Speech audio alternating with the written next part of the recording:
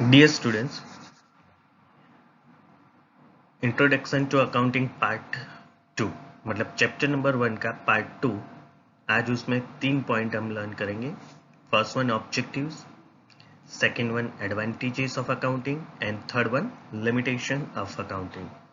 मैंने scan copy already हमारे group में रख दी है, सो डिटेल में आपको रिफर करना है या रीड करना है तो उसमें से आप चेक कर सकते हो। मैं ऊपर से एक्सप्लेन कर रहा हूँ।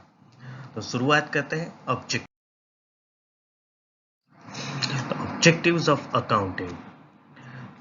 सबसे पहले the objective of accounting is to record financial transaction and event of the organization in the book of account in a systematic manner following the principle of accounting. Second मतलब another एक objective, the another objective of accounting is to determine the net result of transactions for a period.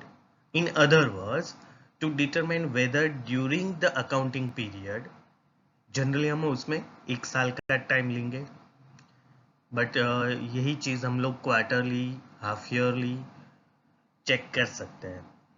तो फिर से in other word determine whether during the accounting period the firm has earn a profit और incurred a loss. For this purpose, a statement called an income statement or trading account and profit and loss account is prepared. Now third, तो determining financial position, तो one objective ये भी है कि firm की financial position हमको determine करनी है। तो उसके लिए another objective of accounting is to determine financial position. It is known from the balance sheet. Financial position of the business is as relevant for the users of financial statement as is the income statement, that is profit and loss account. मतलब जिस हिसाब से आप profit and loss account या trading account पर से profit and loss जान पाओगे, उसी हिसाब से बैलेंस शीट प्रिपेयर करेंगे तो फर्म की या बिजनेस यूनिट की फाइनेंशियल पोजीशन हम जान पाएंगे कि उस दिन कंपनी या फर्म के लिए एसेट कितनी है, उसमें नॉन करंट करंट एसेट कितनी है, तो अपोजिट साइड कैपिटल कितनी है, लायबिलिटी कितनी है। नेक्स्ट वन, तो नेक्स्ट ऑब्जेक्टिव है facilitating management. The management often requires financial information for decision making, effective control, budgeting, and forecasting.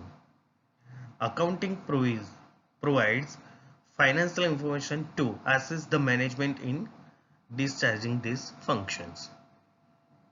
And last one, providing accounting information to users. So yet another objective of accounting is to provide accounting information to users, both internal and external. Internal users कौन है और external users, वो next lecture में भी हम लोग learn करने वाले हैं कि इंटरनल यूजर कौन और एक्सटर्नल कौन, और वो लोग फिर इसका एनालिसिस अपने हिसाब से, अपनी जरूरत के हिसाब से वो लोग इसका एनालिसिस करेंगे। Right now next point, advantages of accounting. Advantages of accounting में सबसे पहले फाइनेंशियल इंफॉर्मेशन अबाउट, तो अकाउंटिंग प्रिपेयर करने की वजह से हमें एक बेनिफिट मिलता है कि financial performance during the year कितना रहा या अकाउंटिंग पीरियड हमें कितना मिला, वो हम इसकी वजह से जान पाएंगे। मतलब कितना प्रॉफिट गया, प्रॉफिट हुआ या लॉस हुआ वगैरह, अकाउंटिंग के बेस पे हम लोग जान पा सकते हैं। Next one, assistant to management. The management makes business plan, takes decision, and exercise control over the affairs on the basis of accounting information.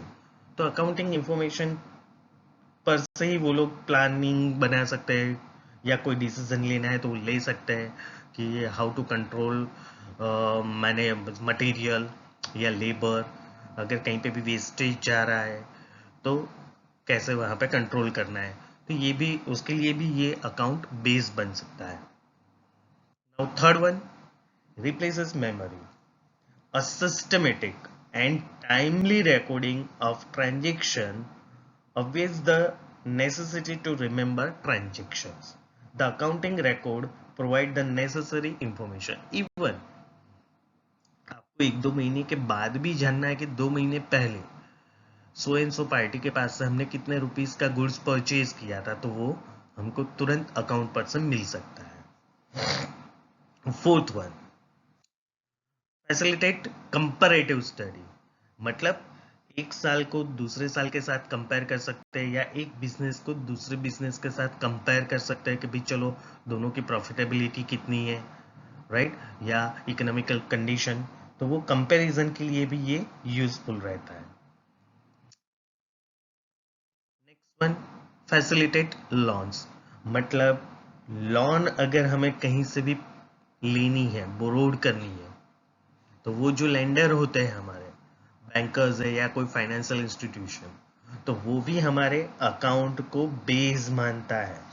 So facilitate lawn के लिए, loan is granted by the bank and financial institution on the basis of growth potential which is supported by the performance. Accounting makes available the information with respect to performance. Next one, the facilitate statement of tax liability, settlement of tax liability. तो tax liability के लिए भी, मतलब जो tax authorities होती है, right, तो वो लोग भी ये जो सिस्टमेटिक आपने और एज पर रूल आपने अगर अकाउंट प्रिपेयर किया हुआ है तो उसको वो लोग कंसिडर करते हैं.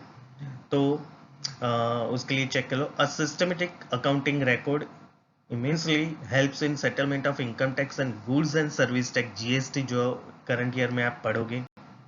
तो उसकी liability, since it is good evidence of the correctness of transaction. Next one, facilitate sale of business. मतलब इन फ्यूचर कभी भी आपको आपका बिजनेस अगर सेल करना है, राइट, तो उसकी actual purchase price, proper purchase price इसके ऊपर से मिल सकती है. Next one, evidence in court. तो systematic record of transaction is often accepted by the courts as good evidence. And last one, helpful in decision making. So accounting helps in taking a large number of decisions, like the amount to be withdrawn by proprietor, या the price at which goods should be sold. मतलब उसकी sale price increase decrease करना है तो वो उसके लिए भी अकाउंट यूजफुल रहता है. नाउ नेक्स्ट, तो लिमिटेशंस ऑफ अकाउंटिंग. सबसे पहले मेन लिमिटेशन है ना अकाउंटिंग, वो ये है कि वो एक्चुअली हिस्टोरिकल है, पास्ट है, right. It is historical in nature, it does not reflect the current worth of business.